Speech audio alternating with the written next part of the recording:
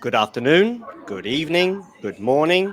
Gemma and I are just 1 hour time difference apart, and yet I've already confused the hell out of both of us on a couple of occasions by getting the two time zones confused. But there are far more complicated scenarios regarding half an hours and differences. So, hi to everyone who's tuning in. We're back here with Gemma. Last time we saw Gemma live, at least, was just after Wimbledon, although we did get a little snippet from her just before the men's singles final, and she called it in terms of Djokovic and Medvedev. But that's something else, and we've done that to the death. Let's talk about the wheelchairs again. And let's begin with, let's begin with a topic that I wasn't aware of, and I'm sure some of my audience isn't aware of. And Gemma, you can explain it. Just before we went live, I said, well, we've got men's singles, women's singles, and I mentioned mixed doubles. And you went, oh, there's no mixed doubles in the No. wheelchairs, at least not at the slams. Why is that? I think there's something about draw sizes and scheduling and stuff, but there is a loophole. So you could technically in the quads division have a mixed doubles Okay. because men and women compete in the quad division together. So technically you could see that in the quad division in any tournament, including a Grand Slam if a woman was to get kind of high enough ranked. But we have seen them at some tournaments as kind of like fun events. So the British Open here in Nottingham before the pandemic, so it's not happened since the pandemic, but before the pandemic, used to regularly run a mixed doubles event just for fun, and any players could sign up. It was always great fun because you'd see partnerships you never thought you'd see. And you'd see, Lucy Schuker partnering Stefan Houdet and Alfie partnering Dana Mathewson. And, it's a fun event. I thoroughly want there to be mixed doubles in wheelchair tennis. But yeah, at the minute, the only loophole where we see it is if a female plays with male in the quads doubles event. Okay, let's begin. Therefore, let's get into the winners and the losers at the tournament in the U.S. Open, and I'm sure there'll be plenty of narratives to emerge. Alfie Hewett again is somebody that many of us, particularly in the UK, will be familiar with, adding his name to the men's wheelchair singles trophy for the fourth time, I believe. Is that right? That he's won the U.S. Open singles? Yeah, 4 times now. So, and of course, he beat a fellow Brit in the final in Gordon Reid. Oh, I'm going to go. I'm sure many occasions we'll go for a tangent. I remember seeing a tweet, I think, from you that you're a little bit disappointed by the lack of journalistic presence from particularly British journalists, bearing in mind it was an all men's final, right?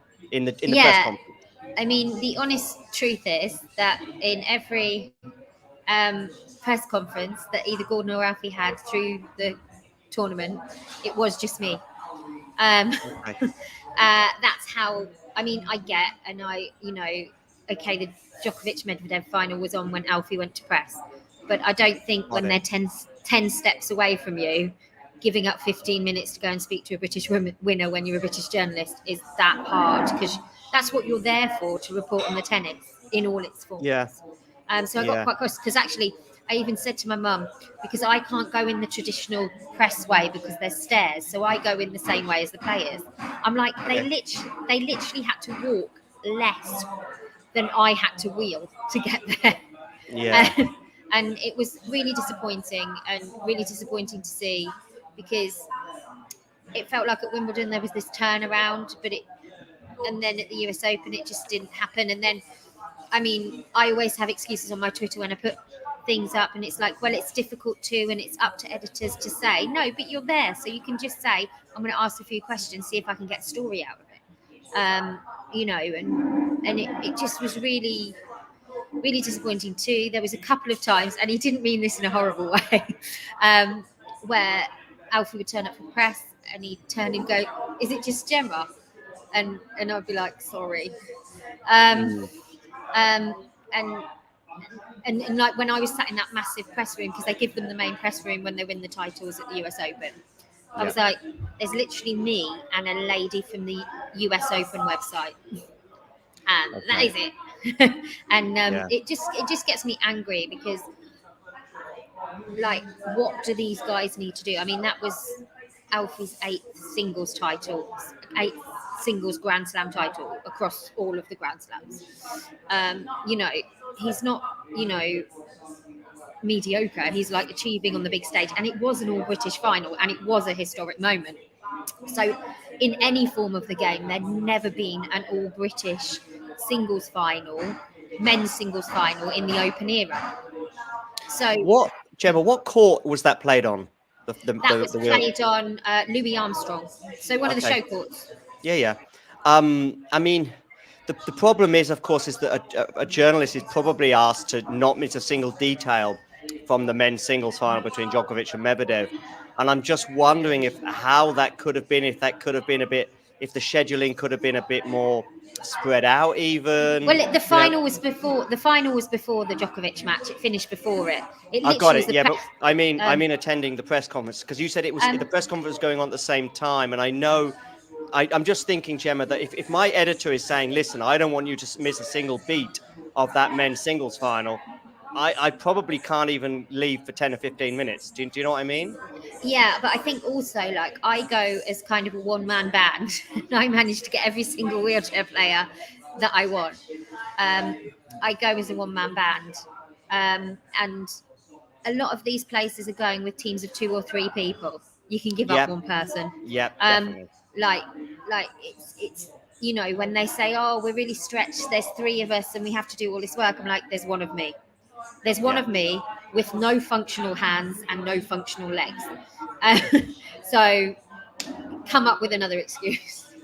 What about Gemma? What I would propose is to try and get, by the time that the tournament is thinning out, to try and get this on the Arthur Ashe Stadium, and then have it as part of a. I think there's only one other final that same day. I think there's a doubles final that precedes the men's singles final. Why not have 3 matches on Ashe that day? I mean, yeah, I mean, they have played on Ashe before. So I have been at the US Open before when they played on Ashe. It's generally because we've had one of those New York days, which we didn't really get till the end this year, which is where it's just completely rained for the whole day. And they've had to keep up with the schedule. So we have seen wheelchair matches on Ashe. Okay. But I mean, Louis Armstrong's quite an impressive stadium as well. And I think some things I understand it as a wheelchair user having to get from Louis Armstrong to the press room. It is a mammoth task. You have to, the players have a separate way to go, but it is quite far away from the media centre. When I have to go, I have to try and avoid being sat on by people, knocked over by people, and I have to try and do it as quickly as possible, so that I'm there ready for when the players are there. So it is, it's not like there would have been any delays in the press conference happening. The players were going straight to press conferences on finals days, because they just wanted to do that journey and then go back and do what they wanted. So there was always going to be a bit of a lag on it. So yeah. Okay. What did Alfie had to say when he came to press after? He was very happy. Mm-hmm. Obviously, we didn't get to see the grudge match, the rivalry match between him and Takito Oda, because actually Stefan Houdet, in spectacular fashion in the first round, knocked Takito out of the singles 1-1. So we didn't. That's how we have a bit of a different final. So Stefan Houdet was playing the tennis of his life. I think he was having the tournament of his life, quite impressively, and eventually toppled by Gordon Reed in the semi-finals. But that's why we didn't see Takito Oda in the final with Alfie. I think there were a few different feelings going on with Alfie, because obviously it opened up the draw, and it opened up the draw massively on Gordon's side, because everybody would have expected Takito Oda to be in that semi-final. But I think Alfie was a bit like, I wanted to play him and get my revenge for Wimbledon. When you're talking about this grudge match, is it because of what happened at Wimbledon, or is there something deeper going on? No. There's nothing deeper going on. It's a really nice rivalry to see starting to happen. It's really nice rivalry because because what's happening is Alfie and Takito are pushing each other to be better. So you every time you watch them play each other, there's so many developments in each of their games to watch, and little little tiny bits of progress that you can see having been made, because the pair of them know that at some point they're probably going to end up going head to head, whether that's in a final, a semi-final, or a quarter-final, and and they're really up in their game. So it's always nice to see. It's not nice to watch because your heart does stop, but it's always nice to watch in a way that you can see the improvements that both players are making to the game, and how they're both kind of pushing the boundaries of what can be done in wheelchair tennis as well. A word on Gordon, on Reed as well, of course, who lost that final. I mean, a lot of positives to take, I guess, despite the disappointing final. I mean, yeah, I would say Gordon was a bit harsh on himself in his speech that he did at the end of the match, because the tennis he played for the whole week was phenomenal. And given this time last year he had that wrist injury, and he didn't know whether he was going to play again. What did he say in the speech after? Sorry. And he was a bit harsh, and he was like, "Oh, I didn't really turn up today, and I didn't play my best, and stuff like that." It's difficult. And actually, if you look at Alfie's matches through the US Open, and it's probably because each of them know each other's games from playing doubles, and they're very open and honest with each other, because they have to be as doubles partners about their tennis and how they best play. So it probably doesn't do either of them ever any favours. If you looked at the games and the points, I mean, when you look at the way Alfie swept past Gustavo Fernandez the round before, how Gordon kept him working actually was really impressive during that final. It was probably one of those finals where the scoreline didn't 100%, especially in the second set, reflect what was going on on court, really. Okay, let's move over to the women's singles, where again there was a familiar face who was successful, a five-time champion. There are going to be some new people, of course. We're going to have some unseeded finalists to talk about in a minute. But before we do, let's get into five-time defending champion Dida de Groot, who beat Yu Kamiji in the final in straight sets at the US Open. And so, did you manage to attend that one as well? Yeah, so I watched that one. It's really important to me to do the women's wheelchair as well, because even though we didn't have any Brits in, by the time it reached the pointy end, we did have Lucy Schuker in, who got her first ever singles win at the US Open, Nice. and made it to the quarterfinals, but she got knocked out by Dida in the quarterfinals. I mean, Dida is just this phenomenal athlete, and again, like we said about Alfie Hewett, is that she just seems to be improving her game. I mean, this season I was talking to her, and she says, because last season she was getting really frustrated with her serve, so she's really gone and worked on it this season. And I mean, this season generally on the big stages, when I've seen her serve's been working. It's been brilliant. Even when she was saying it was dodgy, to be fair, it was still very good. But how's your serve, Gemma? Actually, it's probably one of the strongest parts of my game. Okay. So it's not too bad. But they what she's doing is, and I think it's a really good psychology to have, actually, and it's helping her. She's not concentrating on how many singles matches she's now gone unbeaten. She's not chasing any records that Esther Vergeer's set, because she's openly said it to me that she ends her career not having achieved it, and she sets it as a goal, then she'll be disappointed, when actually what she has achieved in her career so far is incredible. She's very much focused on her own progress, so she looks at her game, she studies her game, and she says, right, I'm not happy with this element of my game. What can I do better with it? And then she goes into the next tournament with that.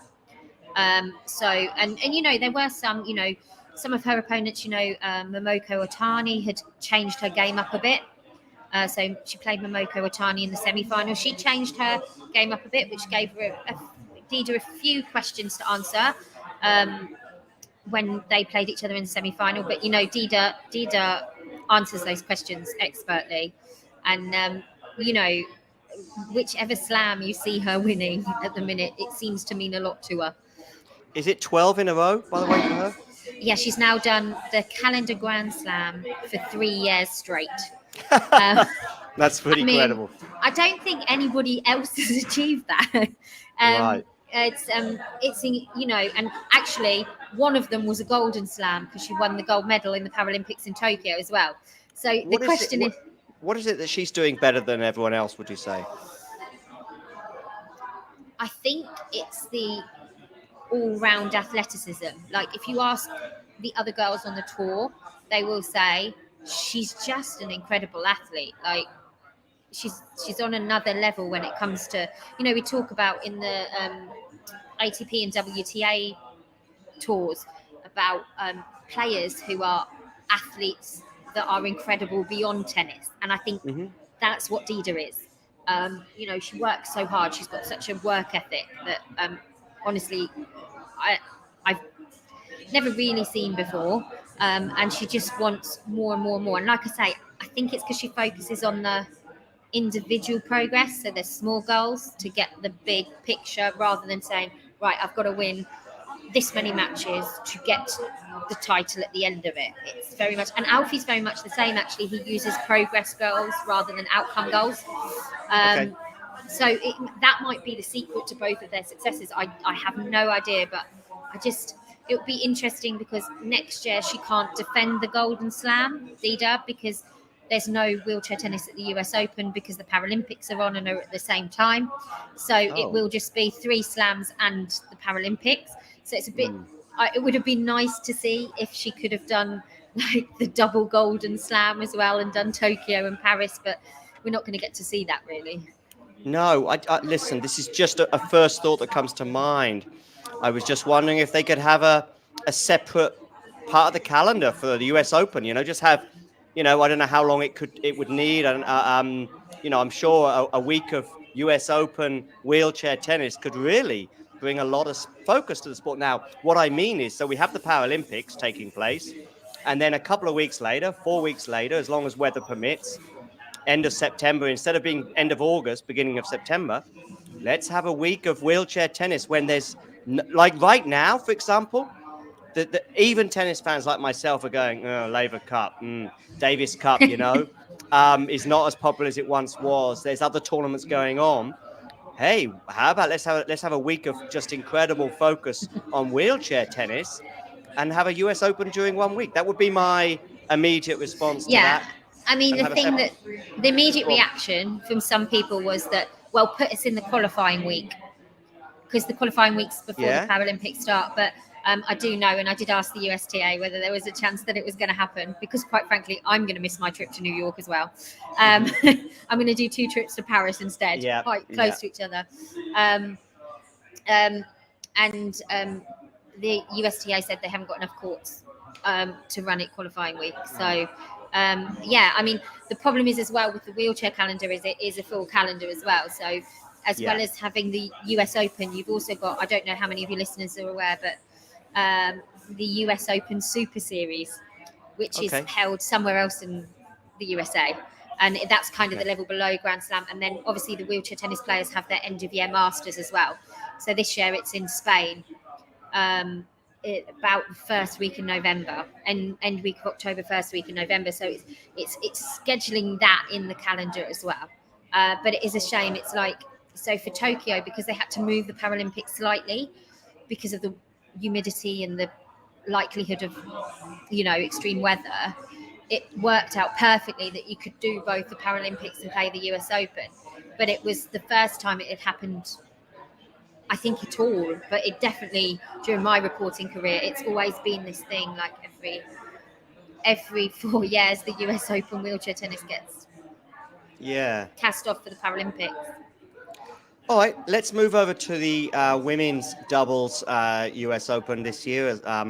Tell us a little bit about, I think it was won this year, was it by Gabriela Dabrowski and Erin Woodcliffe? Sorry, no. Sorry, tell me a bit about the women's doubles this year. The women's wheelchair doubles. So it was a bit of a weird final. So Dida was partnering Yiska, all Dutch partnering, and Yui Kamiji and Keiji Monjani were partnering each other. Now, in the semi-finals, Yiska had to withdraw because of sickness, because of illness. After the first set. So nobody quite, she posted on Instagram that night, fingers crossed I'll be better for the doubles final. And then it got to the doubles final and she wasn't feeling any better. And so it was a walkover in the doubles final. Slightly disappointed because those 4 going head to head would have been an amazing women's doubles final. It would have been, and I you know what, but equally happy for Yui and KG to see their names on another doubles title together, because actually they've not been playing together very long, and they're quite a fun doubles partnership. I love them. I think I tweeted after I'd spoken to them that there's some amazing characters in the women's wheelchair side of the draws, and Yui and KG are 2 of them. I mean, they're fantastic. I mean, I interviewed KG and Yui after the walkover of final, and I asked them to imagine how the final would go, and I'd like you to tell me about an imaginary final. I just did it for a bit of fun, and what did they say? They were like, "Oh, it's going to be tight. Everything was going to go to juice," which is probably about right. But I think what it means is, when we see the singles and doubles masters in November in Spain, I think if these 2 partnerships make it to the final, we're going to see one heck of a final. A US Open light, if you like, yeah. A US Open repeat.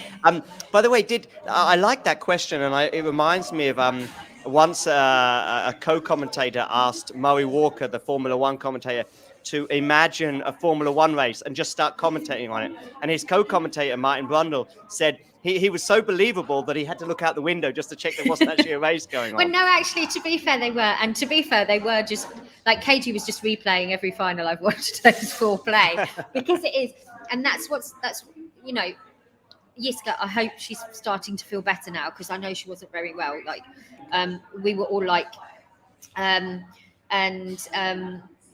we were like, oh God, I hope she's okay. But they, but it was like, I was like, oh, I wanted to see that final, but I had it on my, this is going to be the final of the day. Okay, yeah. So and it's very, like, I love it when a women's match is the standout match of the day, because I think, much like with, you know, the pedestrian game, the women do get kind of left behind. I think I speak a lot on a women's sports show. Okay. And they let me talk about the women. So it's with Fern Buckley on BBC Solent. She does a women's sports show every Monday, and I do. I occasionally go on and talk to her. I think I talked to her last Monday, and we were talking about Barbie dolls that were coaches and referees, talking about imagining scenarios with Barbie being coaches and referees. But they, I think, when the women's match is the showstopper. It's always like, because, you know, I am a woman in sport as well, and I see how representation is lower still, and I'm like, we need to be hitting those headlines. And so when the women wheelchair tennis players do, I'm like, yeah, boom, done it, girls, smashed it. Okay, over to the men's doubles final, and I did highlight how, you know, we're seeing repeat winners a lot on the singles in particular, but actually on the men's doubles we had an all unseeded final where Houdet and Sanada overcame Miki and Oda 6-4, 6-4. So of course the aforementioned Takita Oda did have a shot at fame in the doubles final, albeit that it didn't work out for him on the day. Tell us a bit about that final and also the men's doubles tournament as a whole. The men's doubles tournament was incredibly high standard. I think so Sanada and Stefan Houdet had beaten Alfie and Gordon in the semi-final to get their place in the final. The only pair to have done it this year. You know, so actually, as a British tennis journalist, that semi-final was quite sad, because you're like, oh, the unbeaten run's come to an end, and it's come to an end in a semi-final, not a final. But actually, that if you go through that semi-final was high quality tennis. And what was weird about it was the match always felt like it was still on Gordon and Alfie's racket, and it looked like they were still in control. But like Sanada and Stefan just pulled something out the bag. I think it was sheer grit and determination, and they won as it got to close the match. They won the important points, which then saw them get the win in the semi-final and go on to the final. And earlier on in the week, obviously Stefan had a lot of success against Oda in singles. Okay. I think he'd maybe taken some of what he'd learned playing him in singles to play him in Hmm. doubles. Hmm. And but again, it was a high quality final, like all of the men's doubles, like the level of tennis that was played. Even though some of them say they were only straight sets wins, um, the standard of tennis that was being played to get those straight sets wins was probably some of the highest I've seen in a while, really. I mean, just thinking about it, we have the two men's singles finals, both from the UK, actually working as a doubles pairing over in the doubles. So I mean, that is a mouth-watering combination. And so if you're going to overcome them as they did in the semis, it's going to have to be a pretty mammoth task.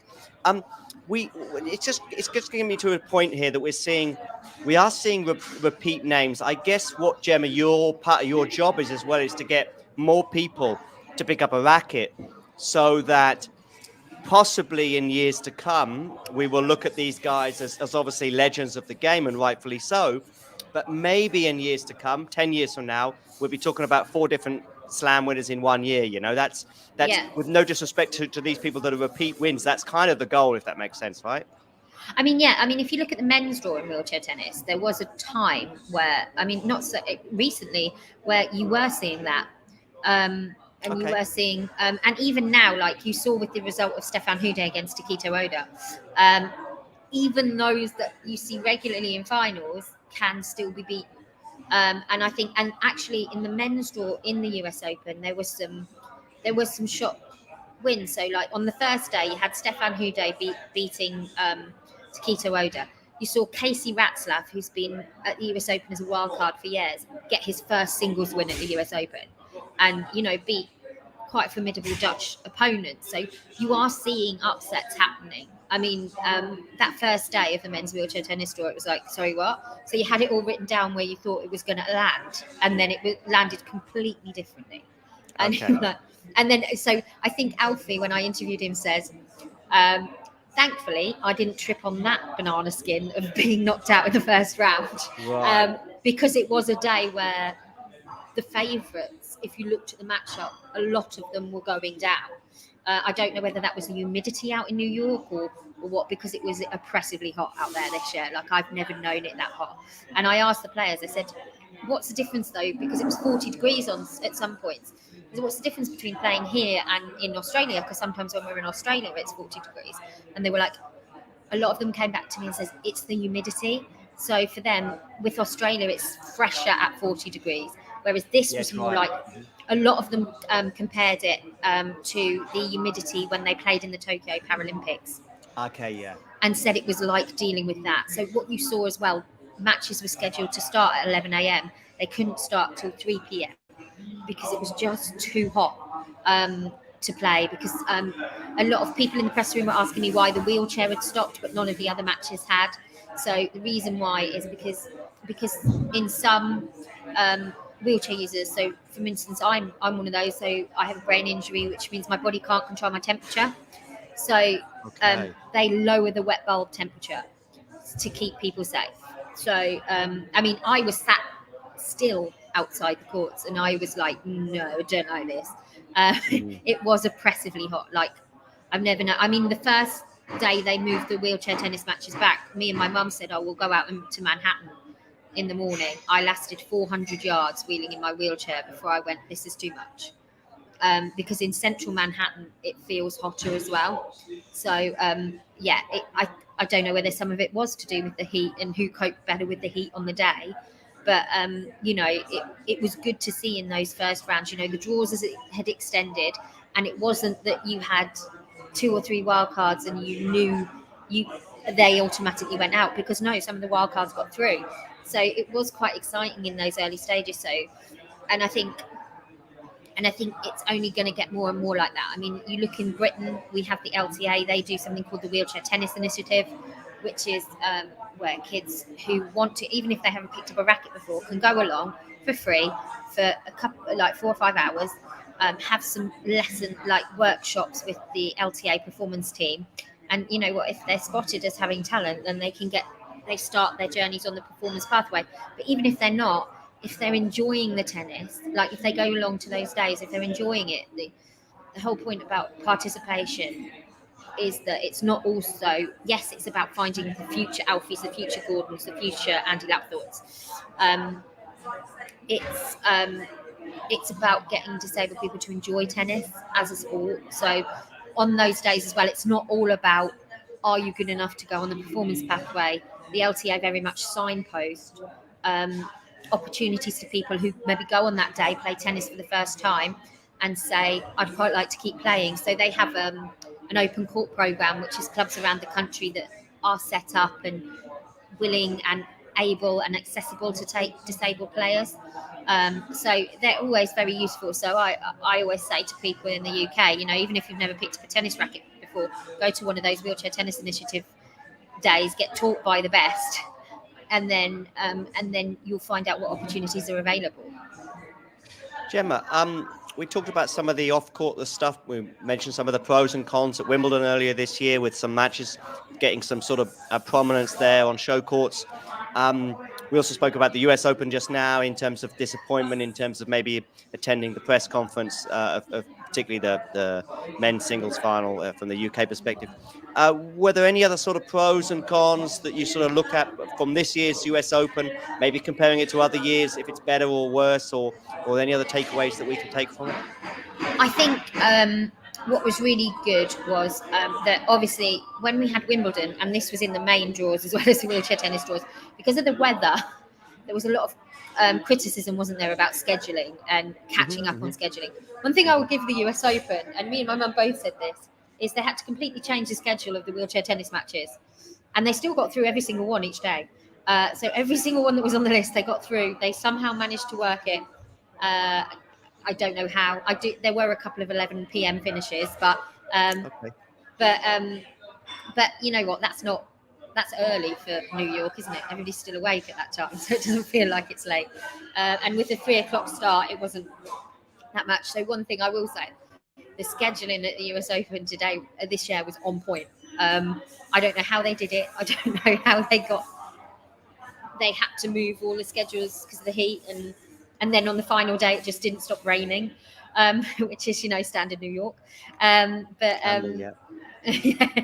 And so they were cracking with the scheduling. But one thing I always feel about the US Open is the access is always great. Like every experience I've had of the US Open, and it's why I love going there.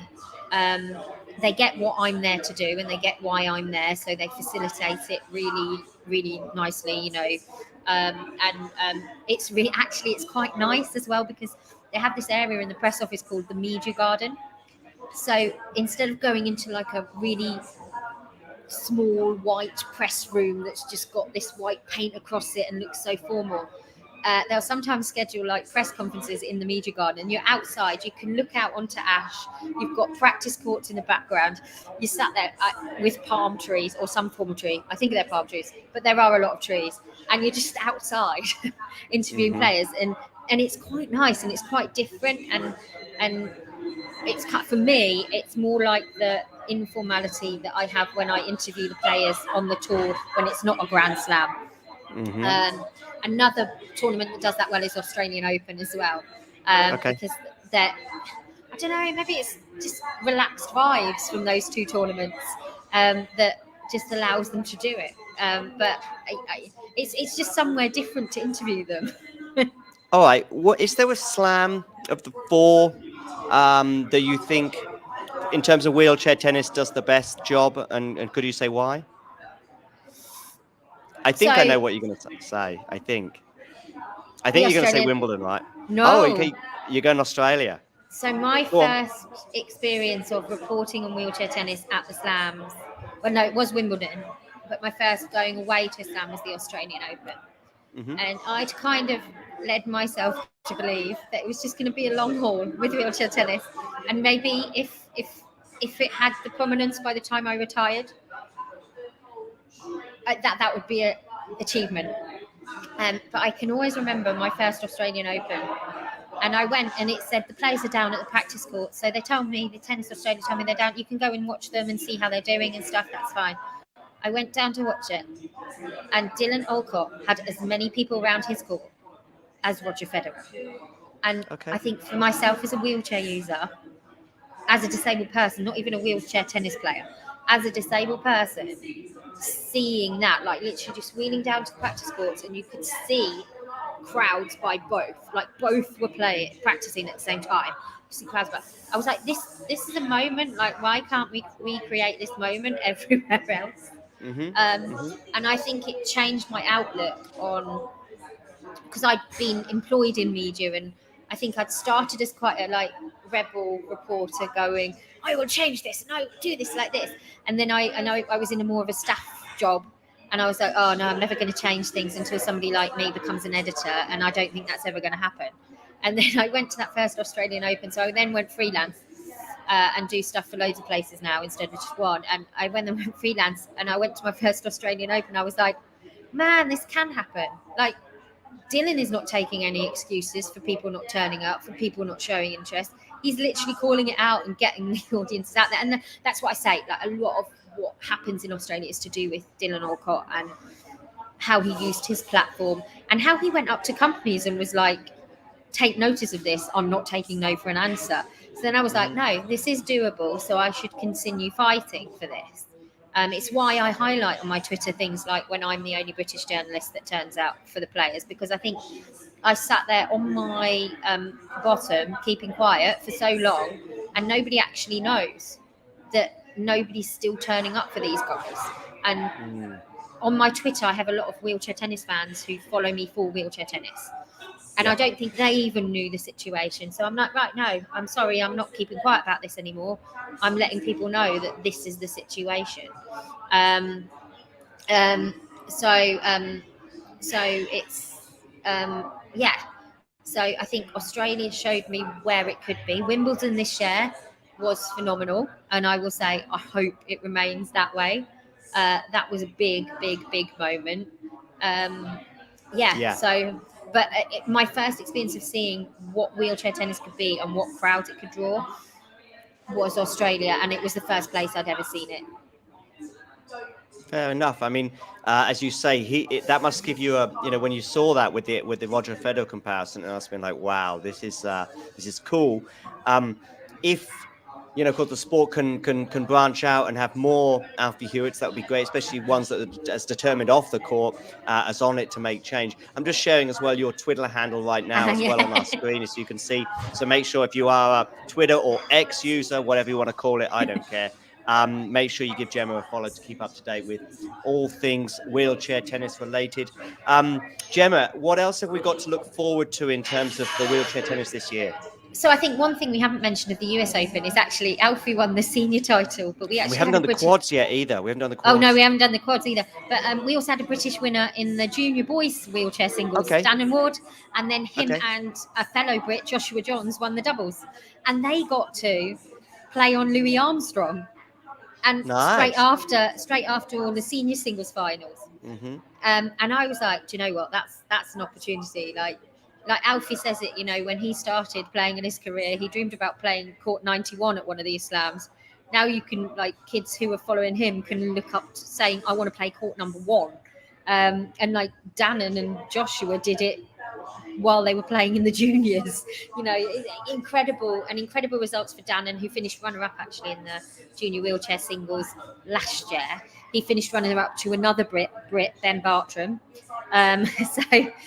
Even last year we had quite a strong Brit contingent in that US Open junior draw. US Open's the only one Grand Slam at the minute that does a junior wheelchair tennis draw, but it's great because you get to see the future, and they get an experience of Grand Slams. And the quads, Sam Schroeder was the winner of the quad singles. He played an incredible game actually, because in the second set, so he won the first set quite convincingly, but then in the second set, Neil started causing him problems, and he was behind. Like, he was behind for a lot of that second set, and I thought, oh, we're going to 3 here.